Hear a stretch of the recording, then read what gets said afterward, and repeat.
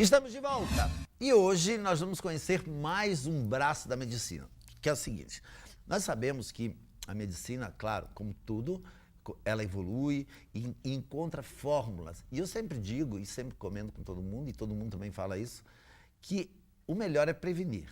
Só que as pessoas, às vezes acham assim, mas eu vou gastar R$300 uma consulta, R$200 uma consulta, R$100 uma consulta, mas eu não tenho nada. Por que eu vou fazer exame se eu não tenho nada? Mas, às vezes, nos exames, melhor que não tenha nada mesmo, mas pode detectar-se alguma coisa que, mais tarde, poderá ser um fato bem, até assustador, e vai gastar mais, vai ficar mais tempo fora, etc, etc, etc. Hoje nós vamos falar, então, com o Dr. Caio Fabrício de Souza, que está aqui com a gente, e vai nos falar um pouco mais, ou dar-nos a conhecer, da medicina integrativa. Tudo bem, Caio? Como vai você? Bem?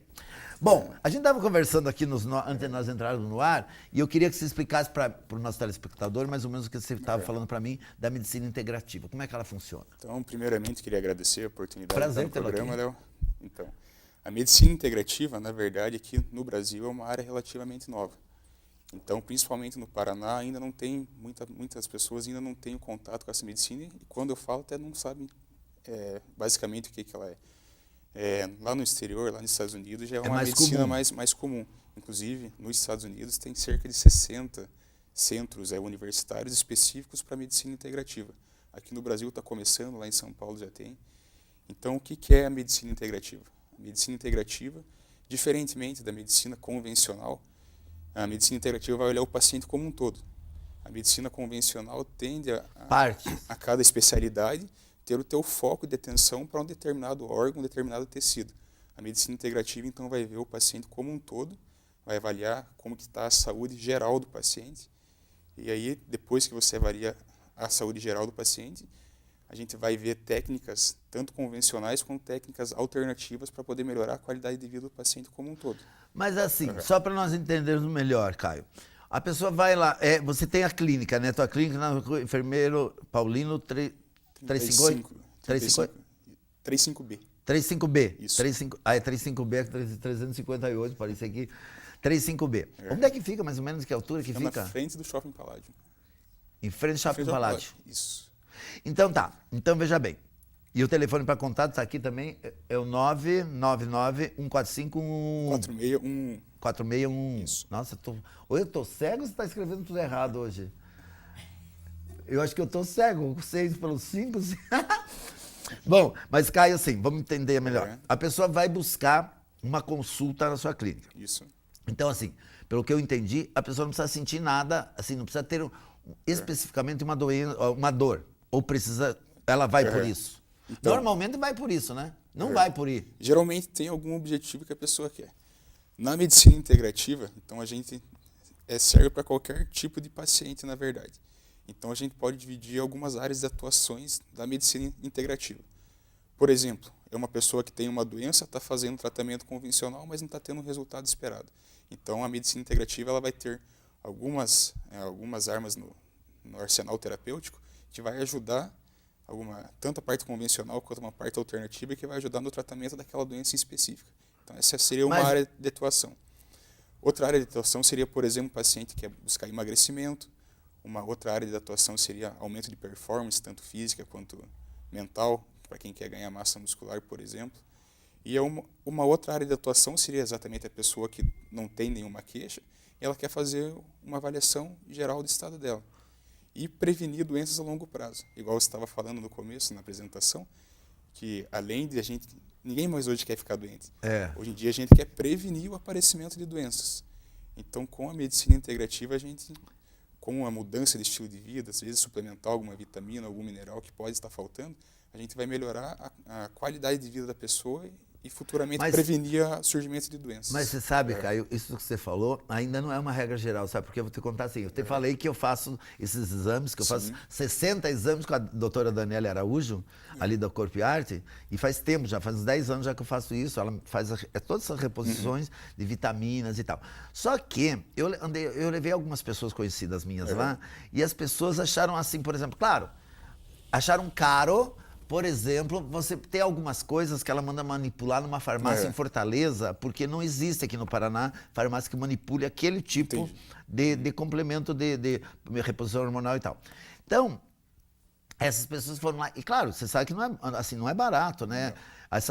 Essas reposições. Então, a pessoa diz, mas eu vou gastar tipo 2.000 em vitaminas e complementos alimentares. É muito dinheiro. Só que. E a pessoa não é porque não tem dinheiro, ela tem bastante dinheiro, sabe? Só que ela achou assim que ela gastar, por exemplo, R$2.000 porque esses comprimidos não é para um mês só, ele dura às vezes 2 meses, conforme como é para tomar. Mas a pessoa achou muito gastar, por exemplo, R$2.000 em 2 meses para essa prevenção de uma coisa que ela talvez não venha a ter. Entendi. O que deveria ser o contrário, né? Deveria ser melhor gastar, por exemplo, esse 1.000 num mês, 1.000 no outro mês, sabendo que você não vai ter. Essa deveria ser a matemática certa, não deveria ser assim? Sim. Só que ainda, eu acho que as pessoas, não sei se, talvez esteja errado, talvez lá no teu consultório já busquem mais isso, ou ainda essa demanda é pouca? Assim, então, a pessoa, igual você falou, que às vezes vai gastar R$1.000, R$2.000 em prevenção, na verdade, com a avaliação que a gente faz, a gente tende a conseguir filtrar mais o que a pessoa vai precisar para conseguir ter uma prevenção. Então, Com custo menor, com custo você menor. quer dizer? E raramente chega a custar R$1.000, R$2.000. E hoje em dia, até inclusive você comentou da farmácia de manipulação em Fortaleza, hoje em dia aqui em Ponta Grossa, por exemplo, as farmácias de manipulação elas estão crescendo bastante e muitos insumos que não tinham antes agora tem. Porque, por exemplo, assim, quando eu comecei a fazer com ela esses exames, assim, 80% era manipulado fora. Agora, 10% só ela manda manipular fora, que são algumas exceções, que ainda não tem, porque as donas de farmácia de manipulação, na maioria são minhas amigas, até elas mesmas dizem, ó, esse insumo a gente não tem, porque a demanda é pouca, alguma coisa assim, não compensa ter. Então, você veja, nesse período de 100%, aliás, de 90% antes, agora 10% só fora, é um progresso também das nossas manipuladoras aqui, né? Das nossas farmácias manipuladoras que cresceram junto, não é? Sim. Agora vamos voltar à questão. Então, veja bem. Então, por exemplo, voltando à questão da pessoa que tem uma obesidade ou um pouco gorda, você vai lá e vai fazer um check-up nela, vai fazer um tratamento para que ela emagreça sem aquelas dietas loucas. Isso? Isso, exatamente. Não é a questão, por exemplo, do paciente que quer emagrecer, ele vai no consultório e está querendo emagrecer. Então, o que a gente vai fazer durante a consulta? Na conversa inicial que a gente tem com o paciente, a gente vai ver o que está dificultando que essa pessoa faz uma perda de peso ou por que ela está ganhando peso excessivamente. Na conversa a gente já consegue observar alguns detalhes. Por exemplo, a pessoa tem muita compulsão, é muito ansiosa, ela desconta a ansiedade dela na comida. Então, durante a conversa a gente já consegue ver algum fator que possa estar prejudicando na perda de peso. E aí, após a conversa inicial, se for necessário, fazer o pedido de alguns exames. Então, a gente faz o pedido de alguns exames para ver, por exemplo, a questão do metabolismo, como que anda a tireoide do paciente, se está tendo muita tireoide é um fator que influencia muito, né? Principalmente a tireoide influencia mais na perda ou no ganho de peso? A tireoide depende da pessoa. Então, se a pessoa tem um hipotireoidismo, quando a tireoide está funcionando pouco, a tendência dela é acumular peso com o decorrer do tempo. E é o mais comum na população de hoje em dia, que seria o hipotireoidismo. Esse é o mais comum. E só tem como ver mesmo fazendo exame. Então, a pessoa não tem assim por exemplo, nesse caso, querendo hipotireoidismo, ela não tem um sinal que seja da tireoide. Ou ela tem um sinal? Tem. Quando o hipotireoidismo está em uma fase mais avançada, ela começa a apresentar alguns sinais de hipotireoidismo. Aí, no caso, seria ganho de peso, queda de cabelo, aparecimento de gordura, principalmente nessa região aqui atrás da nuca. Então, tem alguns sinais que é falta de disposição, muito cansaço, o intestino não funciona direito. Então, tem algumas coisas que levam a gente a pensar. Mas já está no estado adiantado ou não? Já está num estágio mais avançado. Já está mais avançado, O estágio subclínico que a gente fala, que é quando a pessoa tem o hipotireoidismo em fase leve, mas ainda não apresenta os sintomas do hipotireoidismo. Então, a gente vai conseguir ver basicamente através do pedido de exames. Mas quando está mais avançado, realmente a gente consegue ver alguns sinais. E ela tem como, assim, existe uma cura, um bloqueio, ou só um tratamento, vai ter que fazer tratamento para sempre? Porque nesse caso de já estar avançado. Até é legal que você tocou na questão de hipotireoidismo. O hipotireoidismo, se a gente for ver parte da medicina convencional, que é o tratamento convencional de hipotireoidismo, a pessoa tem hipotireoidismo, então ela vai ser ofertada o hormônio da tireoide que está faltando. Então ela vai passar a tomar o hormônio da tireoide por todos os dias da sua vida, vai ficar tomando o hormônio da tireoide. Porque a tireoide não produz mais, é isso? Porque a tireoide ela não parou de produz produzir e tem que repor com outro Isso. sintético, é isso? Exatamente, o hormônio que você vai tomar todos os dias para você conseguir manter um nível bom de hormônio da tireoide. A medicina integrativa, o que ela vai ver na pessoa que tem hipotireoidismo? Por que essa pessoa está tendo hipotireoidismo? Seria por causa de uma doença que é autoimune, por exemplo, o próprio anticorpo da pessoa está atacando a tireoide? Da onde que está vindo essa inflamação, essa autoimunidade que a pessoa está tendo? Será que é a parte intestinal dela que não está funcionando bem? É a alimentação dela que está inadequada? É uma falta de mineral? Por exemplo, na tireoide, muito importante você avaliar os níveis de selênio e de ferro do paciente, para ver se às vezes uma falta de selênio vai desencadear uma menor diminuição da produção de hormônio de tireoide e da função dos hormônios da tireoide. Porque às vezes a alimentação, porque se a pessoa se alimentar, por exemplo, questão do ferro e do selênio, ela consegue obter isso através dos alimentos, né? Porque os alimentos verdes, couve, essas coisas, têm mais ferro, né? Tem mais. E o selênio, aonde que... Selênio, principalmente as oleaginosas, que é castanha, que não é de hábito da população hoje em dia consumir. Não é. A pessoa consome assim, por exemplo, eu vejo por mim, ó, eu sou bem assim de comer muita fruta e verdura, eu quase não como muita comida. Mas eu compro, por exemplo, de pacote de castanha, eu compro tudo uma vez só. Eu não como todo dia, que diz que é para comer 2 por dia, não é mais ou menos a base? Uma castanha por dia já tem a quantidade de selênio que você precisa. Eu já, ó, por exemplo, assim, diz que vinho também, tomando um copo de vinho por dia, eu já tomo 1 litro para não ter que tomar. Eu já tomo 3 litros, aliás, para não ter que tomar todo dia. E a castanha eu faço a mesma coisa. Bom, agora voltando à questão, então, da pessoa.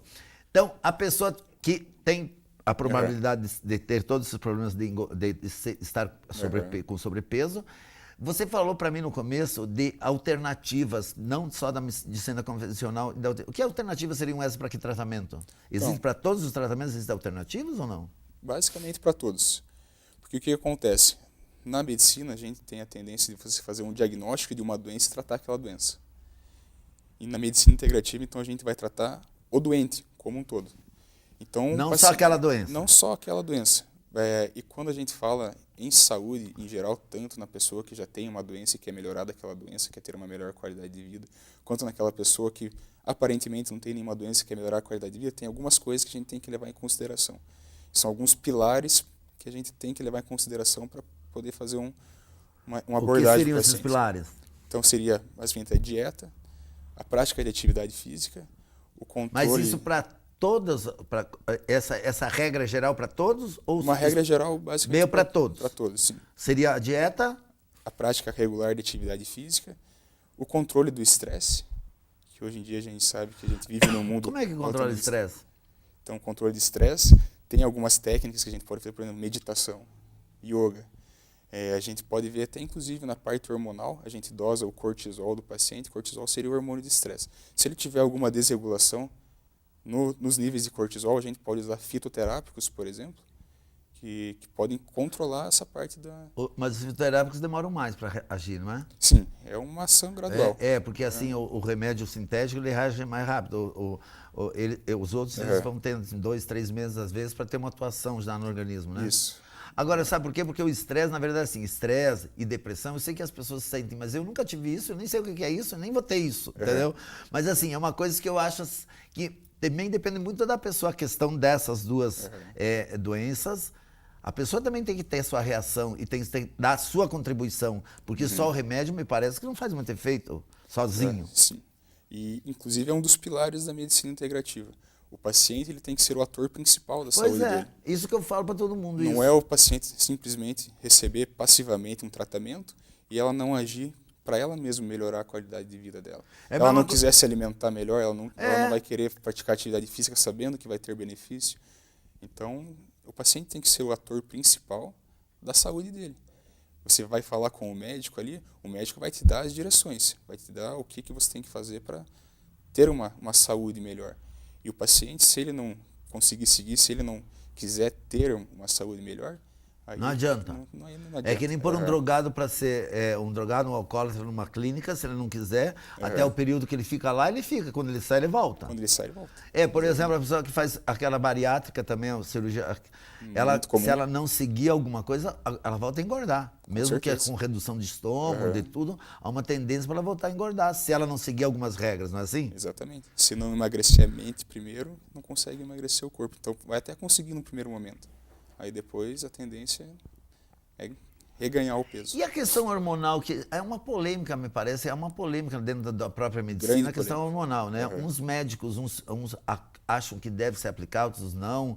Outros acham que é uma coisa que está se forçando o organismo, que não está produzindo a ter. Como é que é isso, daí, essa questão dos hormônios? Então, a parte hormonal, primeiro a gente divide, por exemplo, a tireoide seria, o hormônio da tireoide seria um hormônio.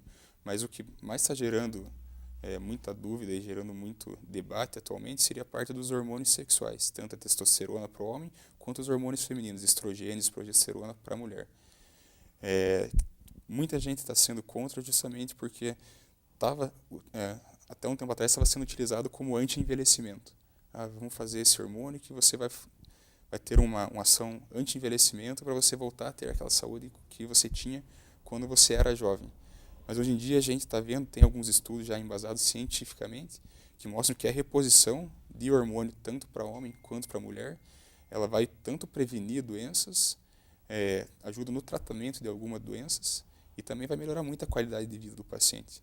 Então, na minha clínica, através da avaliação do paciente, exame laboratorial e tudo mais, eu também trabalho com a parte hormonal. Então, a reposição de hormônios Mas isso sexuais. não é uma coisa que seja assim impedida pelo Conselho de Medicina as pessoas a utilizarem, como é o teu caso, não é? Ou é? Não. Ainda. Mesmo a sexual, mesmo essa da tireoide, essas reposições, não existe essa cláusula de que há uma proibição. Não. Existem estudos e teses, isso? Desde que seja embasado cientificamente, você pode utilizar. E ser feito exclusivamente por médicos também. Porque existem aplicações hormonais que não sejam médicos? Porque eu sei, assim, por exemplo, esteticamente, eu sei que, por exemplo, a aplicação de botox, aquelas coisas de tirar gordura, com aquelas coisas de enfiar lá, de espetar, aquelas coisas lá, tem muitas clínicas que fazem e a pessoa não tem nem noção do que é medicina, que e até a própria colocação de silicone líquido, que é um assassinato aquilo, né? Sim. Mas existem também clandestinos em aplicações hormonais? Ou existem alguns hormônios que compram no Paraguai, por exemplo, que como o Paraguai é mais livre o comércio, e as pessoas tomam sem uma observação médica? Então acaba existindo isso. Quando a gente fala então de hormônios sexuais, primeiramente a gente tem que ver que é proibido a utilização de hormônios quando é uma questão, por exemplo, de anti-envelhecimento, igual eu tinha comentado. Agora, se você vai lá e diagnostica que está mesmo faltando esse hormônio, não é proibido você utilizar a reposição hormonal. Na reposição hormonal, a gente tem, principalmente para o homem, testosterona, que você entrou na parte clandestina do assunto. Na reposição hormonal, a gente tem duas maneiras de fazer a reposição. Que seria através de injeção. Seria uma testosterona, por exemplo, a pessoa faz a injeção de testosterona a cada 2, 3 semanas, dependendo do nível de testosterona dela, ou através de creme, um creme que você passa na pele. Quando a gente entra na parte clandestina, é muito comum que pessoas, por exemplo, tragam do Paraguai, que lá é muito mais fácil você conseguir adquirir esse medicamento e fazer as aplicações de terapia. Sim, mas faz a aplicação sem saber por quê que está fazendo daí? Não é tão comum, mas existe alguns casos. Não, mas eu sei que pessoas que fazem isso, por isso que eu te questionei, porque assim, eu sei de pessoas que fazem essa aplicação no Paraguai. Eu acho que isso daí é meio que nem a pessoa que toma anabolizante, é um perigo. A pessoa diz que não tem perigo. Eu não vou fazer se eu não tiver um aval de um médico. Sim, um acompanhamento. Sim, agora como as pessoas tomam anabolizantes, elas tomam também esse negócio, porque o vizinho disse que para ele fez bem, ele acaba fazendo. Mas há efeitos colaterais para essa testosterona também ou não? Então, todo tratamento hormonal, você tem que dosar o que é o benefício e o que é o malefício. Então, você tem que jogar na balança o que vai trazer benefício e malefício para o paciente. E dependendo do jeito que você utiliza, pode ter efeito colateral, sim. Às vezes você está colocando uma dose muito alta ou uma dose muito baixa. Então, sem você ter um controle laboratorial, controle com exames, não tem como você saber certinho. E, por exemplo, os efeitos colaterais que você questionou, o excesso de testosterona, por exemplo, pode levar a pele oleosa, acne, pode dar problema de próstata, queda de cabelo, além da parte estética, vai dar alteração do colesterol. A próxima pode virar um câncer, é isso? Não, necessariamente. Também essa parte da próstata e reposição hormonal é algo que está sendo muito debatido ultimamente e há muitas controvérsias. Tem estudos que mostram que a testosterona não influencia no aparecimento de câncer de próstata, mas sim alguns outros hormônios. E tem alguns estudos que mostram que essa testosterona pode evoluir a uma hiperplasia da próstata ou até mesmo a um câncer da próstata. Mas no caso, assim, por exemplo, a medicina, essa sua medicina integrativa, ela consegue, então, nesse todo, como você nos falou até agora, detectar até, através, lógico, de exames laboratoriais, até uma probabilidade de um câncer de próstata ou não chega tanto? A probabilidade, através de estudos genéticos, você consegue ter Porque tem aquele SP, não sei o que lá, que é o PSA. exame, que faz exame de sangue, mas que ele não é 100%, né, no caso da próstata. A próstata mesmo, o 100% seria uma biópsia da próstata, mas o PSA, você consegue, pela dosagem do PSA, você consegue ver... A que ponto está? Qual o nível que pode essa próstata estar aumentada ou evoluindo para um câncer. Aí depois que você detecta uma alteração... Base, então, ali. Isso, exatamente. Depois que se detecta uma alteração desse PSA, aí, se não tiver alterado, não tem por que prosseguir a investigação, mas se tiver alteração, aí você vai ter que prosseguir a investigação, aí vai fazer alguns outros exames complementares para poder ver o que está acontecendo com essa próstata. E você já conseguiu, assim, algumas pessoas que façam essa sequência de prevenção, assim, você já tem pacientes, assim, pessoas que se preocupam com isso e fazem essa prevenção, mesmo que tenha que repor com vitaminas, sais minerais, hormonal, etc. E tal, mesmo que tenha um custo, que você falou que tem um custo menor, mesmo que tenha um custo de 1.000, sei lá, existem as pessoas preocupadas com isso? Sim, hoje em dia bastante gente.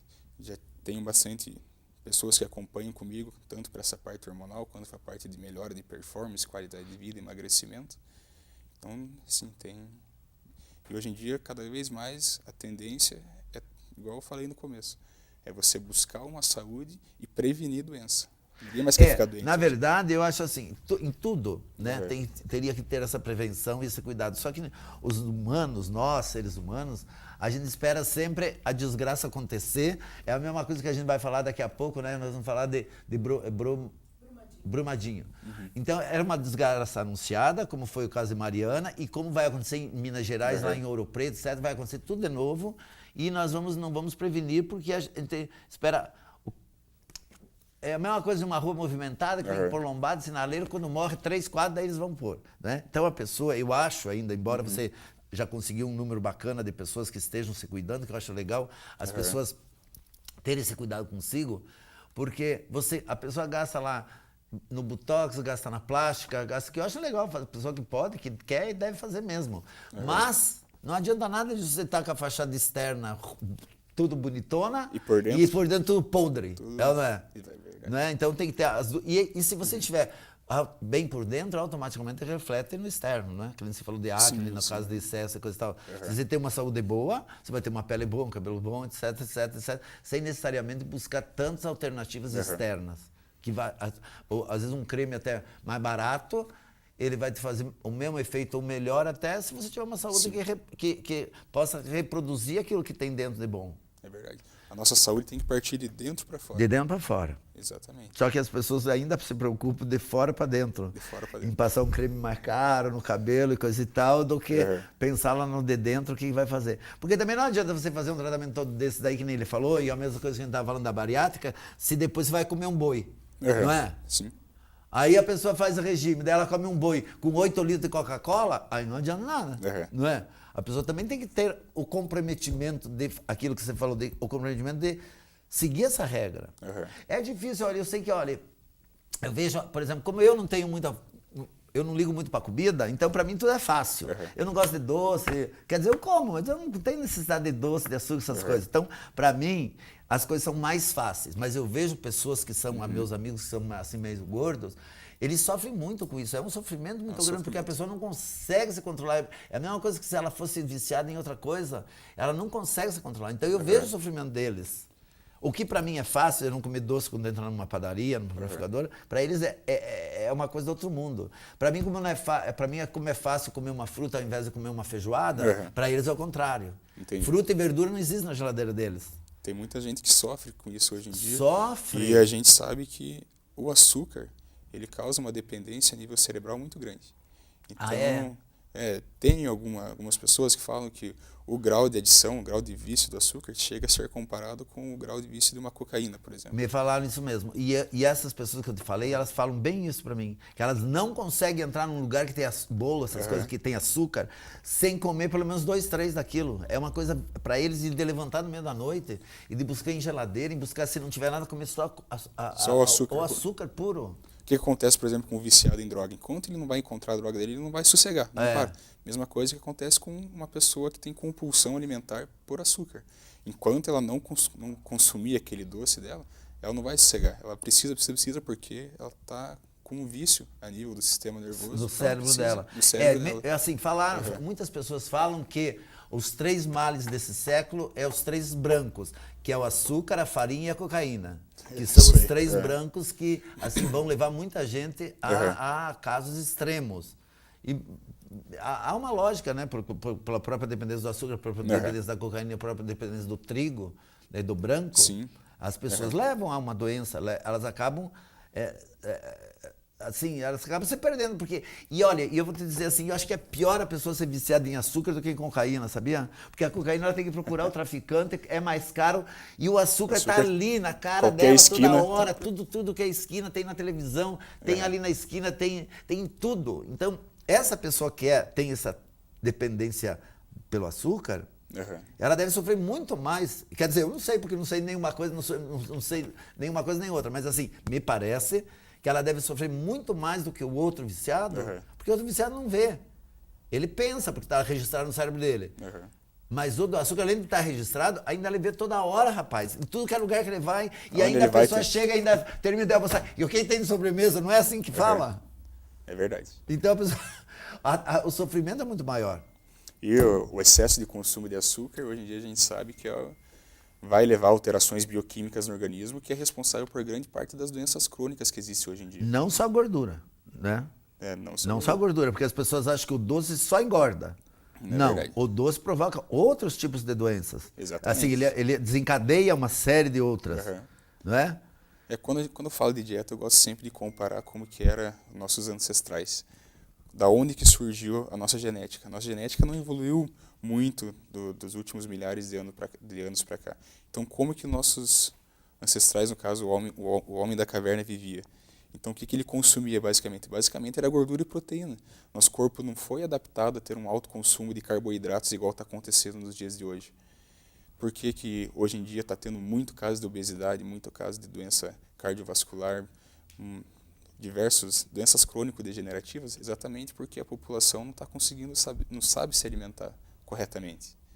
E as crianças principalmente, porque olha, eu brigo com o meu caseiro lá com a filhinha dele, porque quando ela quer alguma coisa, eles dão aqueles pacotes de cheetos, de baconzitos e de itos todos, aquilo é uma desgraça. Hoje em dia tem mãe que dá Coca-Cola para a criança na mamadeira com 1 ano de idade. Eu vi já isso. Como que a criança vai crescer? Vai crescer com o paladar totalmente infantil.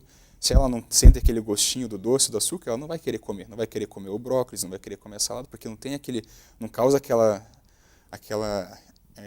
não causa o que o açúcar causa, que é aquela saciedade, aquela sensação, prazer. O prazer dele sentir aquele doce. Exatamente. E a Coca-Cola, assim como todos os outros refrigerantes, a gente fala Coca-Cola como todos os outros, eles são extremamente viciantes. Assim, se você tomar 3 dias seguidos, por exemplo, Coca, Guaraná, Fanta, qualquer coisa, no 3º dia você não consegue ficar sem eles.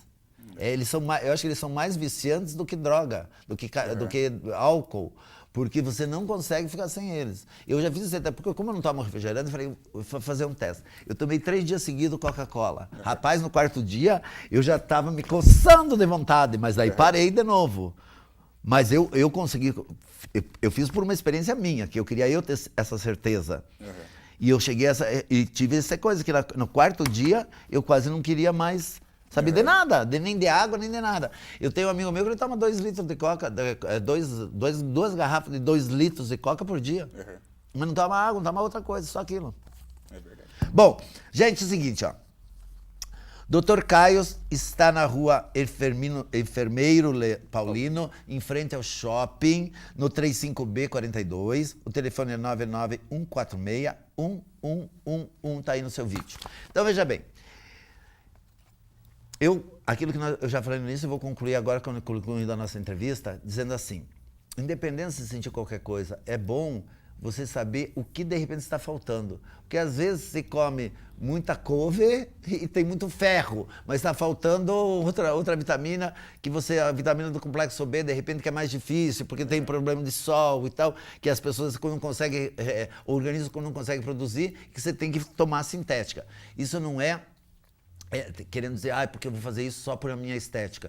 Automaticamente reflete na sua pele, no seu cabelo, como nós já falamos. Mas é melhor a sua saúde interna. Obrigado, querido. Qualquer novidade, vem aqui contar pra gente, tá bom? Beleza? Obrigado. Obrigado. 2 minutos, a gente volta. Well, I just can't help